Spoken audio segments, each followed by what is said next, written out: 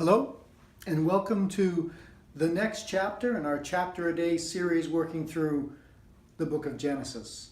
If you've been following along with us, you've been on this journey in the more recent chapters following Abraham and Sarah and the promise that God had given to them, how he had called them out of all they knew to a place that only God could show them, how he gave them a promise that through them he would create a great nation and a number of nations, that through them there would be a blessing. They would be blessed and they would be a blessing. And that through this line that God was establishing in his promise to Abraham and Sarah, all the nations of the world would be blessed. We've walked out this journey over the decades as the promise seemed to be in stark opposition to the physical reality, because Abraham and Sarah could have no child. And then we saw how the Lord took them, building their faith in him to the point where he gave them a child when it was physically impossible. We saw the moment when God tests Abraham, in a test not to see pass or fail, but testing his faith and helping him understand how he has been growing in his trust of God. And now we find ourselves today in chapter 23, where we're coming to one of our closure moments. In chapter 23 of Genesis, we come to the account of the death of Sarah. And with that account of her passing and how Abraham deals with this, we see something important here that's being established. So let's get right into the chapter.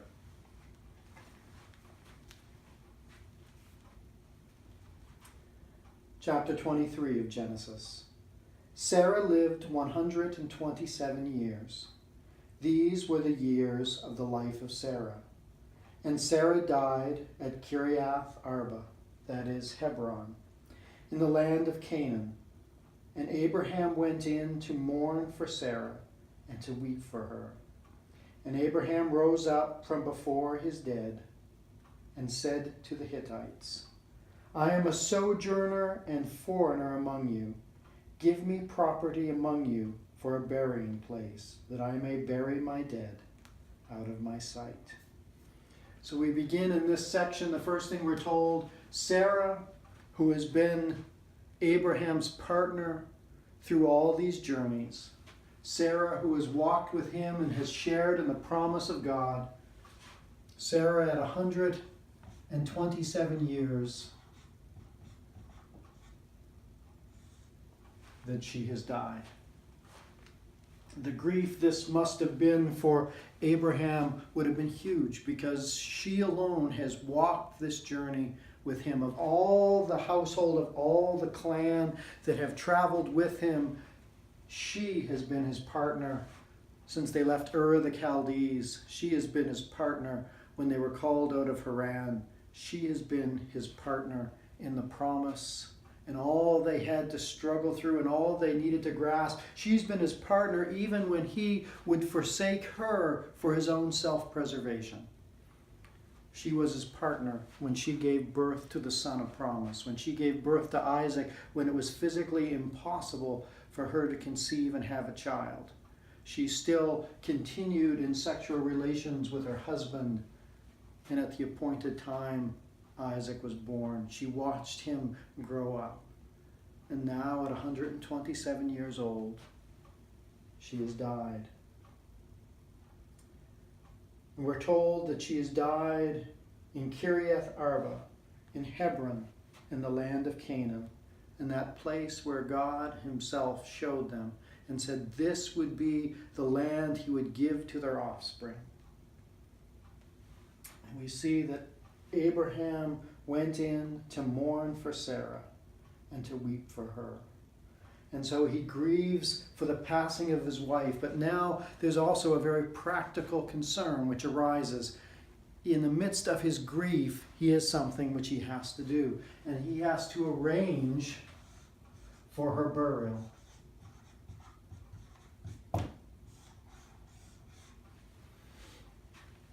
This is the ancient Near East. The body will decompose quickly, even as he's grieving for her, even if it's just hard for him to let go of her. The fact is, he needs a place to bury her. And this becomes the challenge for him. Because you see, Abraham is a semi-nomadic clan leader, living in a land where there are those who control regions, city-states, territories, chieftains over different areas. He is a sojourner. He travels about to the lands where he can best sustain his vast herds, his property, his income. But he does not actually own any territory. He moves into a territory based on the good graces of those who are in that territory as well. But he actually physically possesses nothing.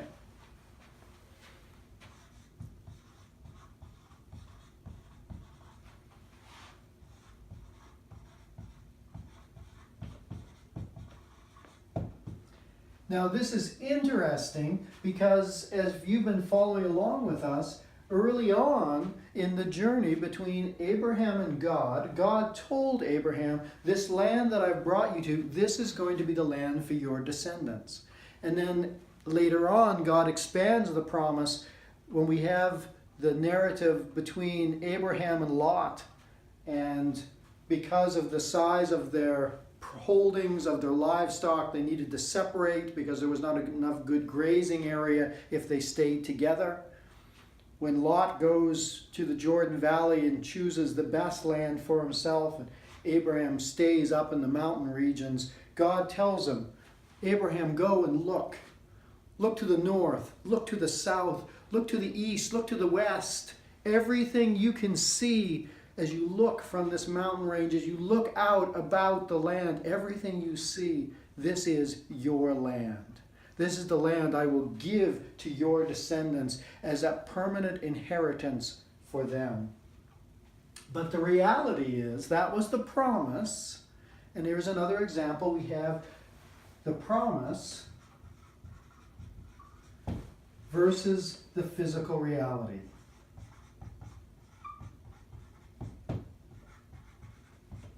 So while Abraham has been promised that all the land he sees will be the property of his offspring, all the land that he sees will be where the peoples that will descend from him, this will be their permanent inheritance.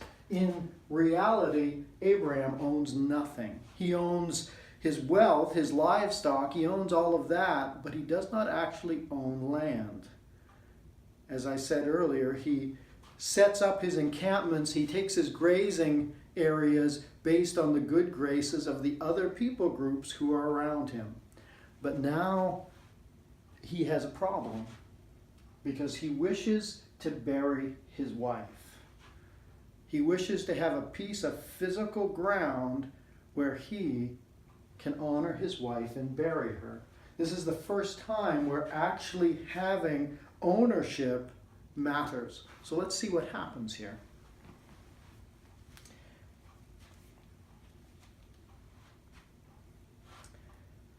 So he said to the Hittites, now reading in verse 4, I am a sojourner and a foreigner among you.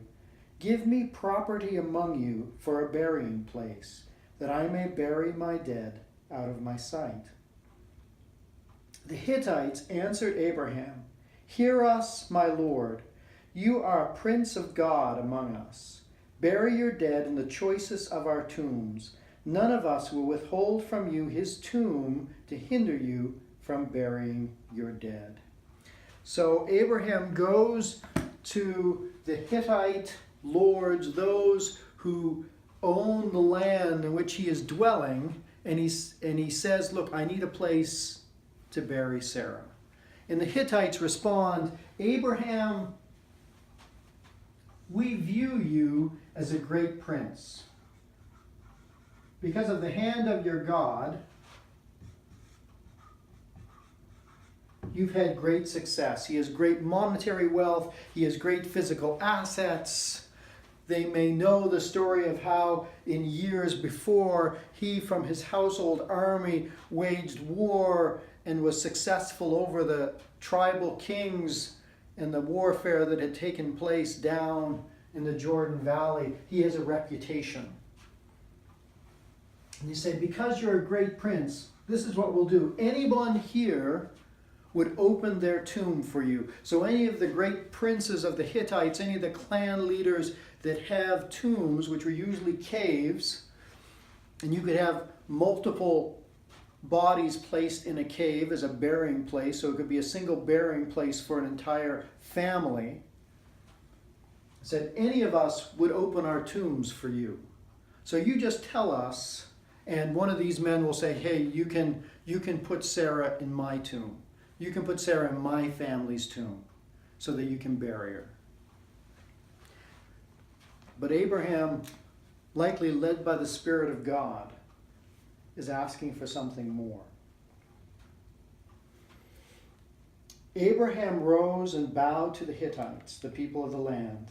And he said to them, verse 8, if you are willing that I should bury my dead out of my sight, hear me and entreat for me Efron, the son of Zohar, that he may give me the cave at Machpelah, which he owns.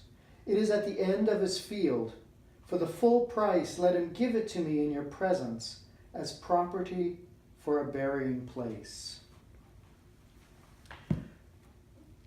So the Hittites say, look, because of your stature with us, we will give you the privilege of putting your dead among our dead.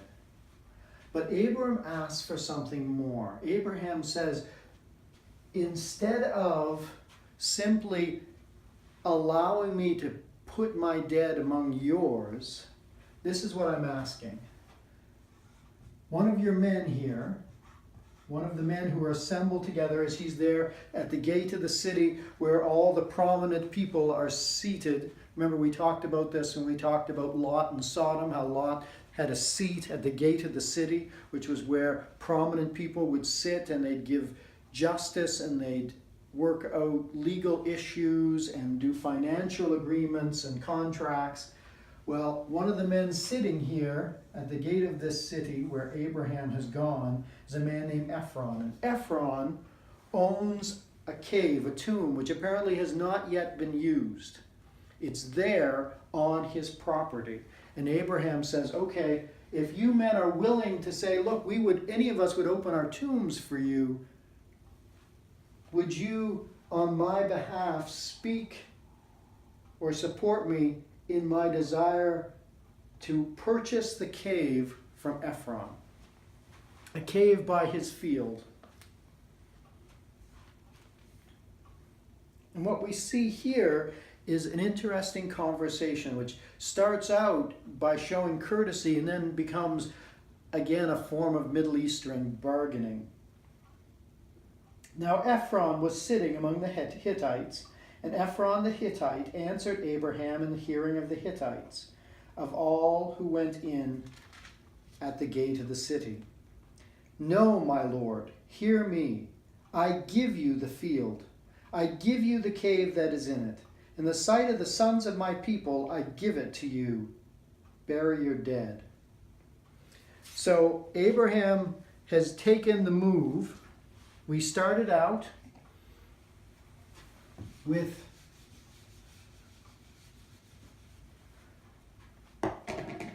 we had the need, and that's for a burial. We have the offer, and the offer from the Hittites was basically hospitality.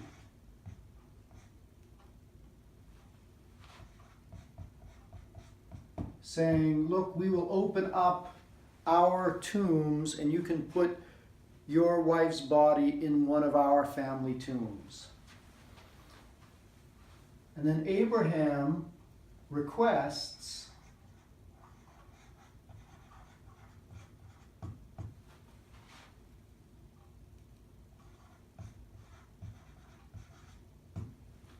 a tomb, and that's the tomb of Efron.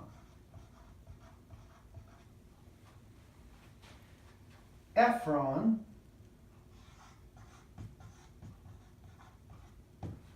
he offers to give it. He said, look, you can have it. Just take it and bury your dead. But there is more happening here than simply finding a place to bury Sarah. So let's watch as it continues on. Verse 12. Then Abraham bowed down before the people of the land. And he said to Efron in the hearing of the people of the land, but if you will hear me, I give the price of the field. Accept it from me, that I may bury my dead there. So Abraham says, another request, let me buy it.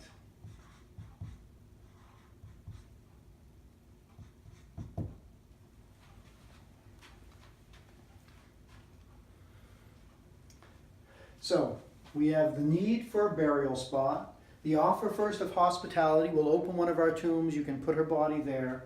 The request from Abraham, no, I want a specific tomb, a specific cave. It's on the field of Efron. Then we have Ephron's offer, all this happening in public in front of all the leaders. Offers says, look, I'll just give it to you. Here, take it, bury your dead. And then we have Abraham responds back, said, no, let me buy it from you. Let me buy it. At this point, we see both the act of hospitality, but also transitioning into a financial bargain. Because listen to what happens next. In verse 14, Efron answered Abraham, my Lord, listen to me. A piece of land worth 400 shekels of silver, what is that between you and me? Bury your dead.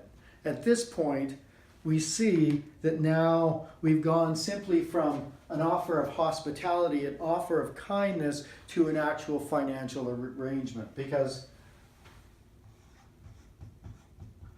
now Efron says, this field and cave, which would be worth 400 shekels of silver, what's that between you and I? You just take it and bury your dead. But what he's actually doing is he's giving it a price. So Efron is still saving face, because he hasn't taken away the offer of hospitality. He hasn't taken away the generous offer to give it, but now he's saying, okay, well, this is becoming a financial deal. Well, to officially buy it, it will cost you 400 shekels of silver. That's what it would cost. And so what we see happen here in the next part, now that he's given the price, verse 16, Abraham listened to Efron, and Abraham weighed out for Efron the silver that he had named in the hearing of the Hittites, 400 shekels of silver, according to the weights current among the merchants.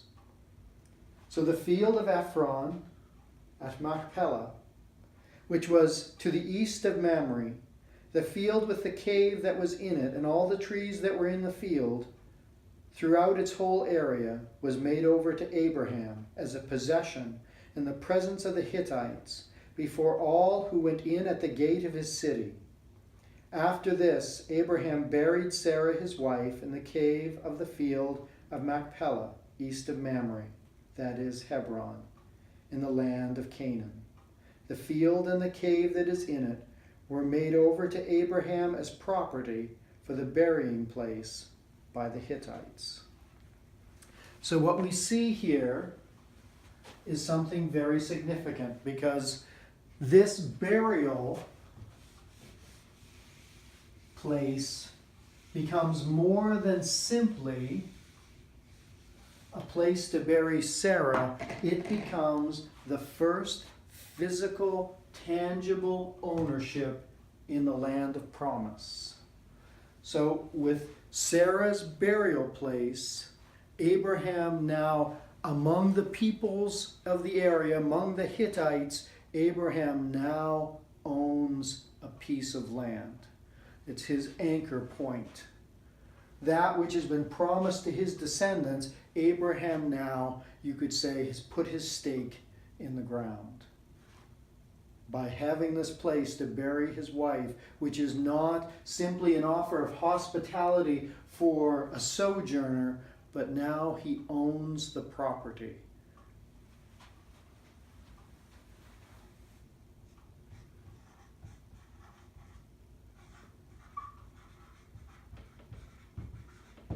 This becomes significant because this establishing ownership, this is a foreshadow of what is to come.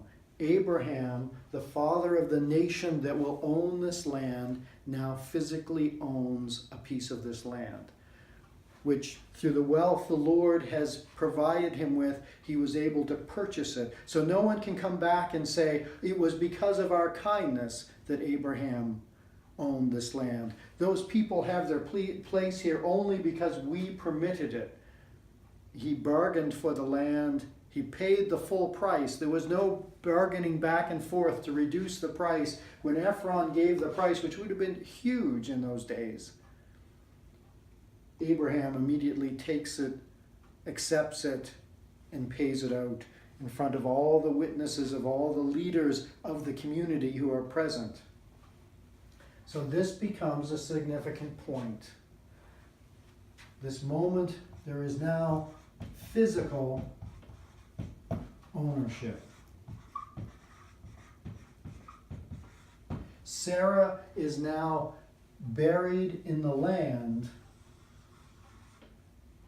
and that land belongs to Abraham that God had promised him. This becomes a little picture of what is to come.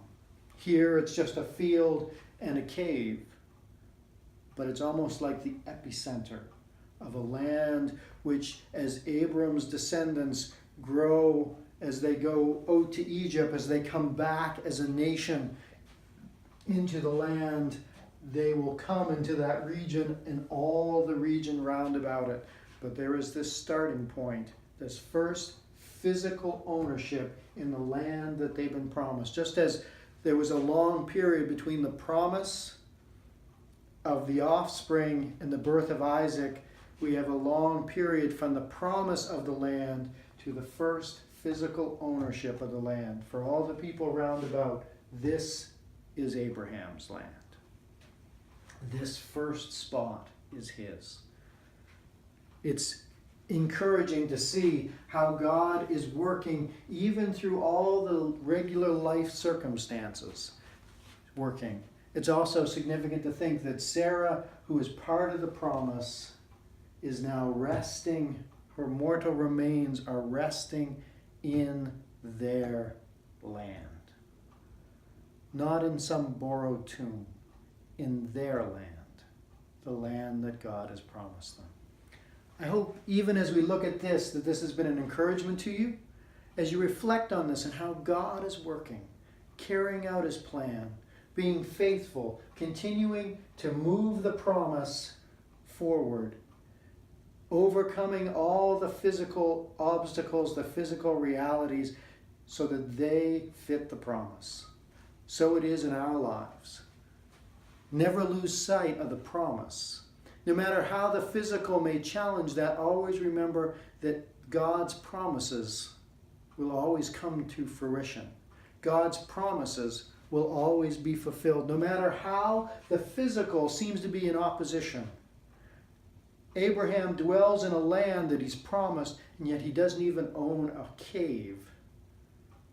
Yet God works it out according to his promise. I hope that gives you something to think about, to meditate on as you go into the rest of your day. I pray this encourages you. Please, we'd love to hear from you if you have any feedback. And as always, if this blesses you, encourages you, challenges you, causes you to think, please share it with somebody else. Thank you, and God bless.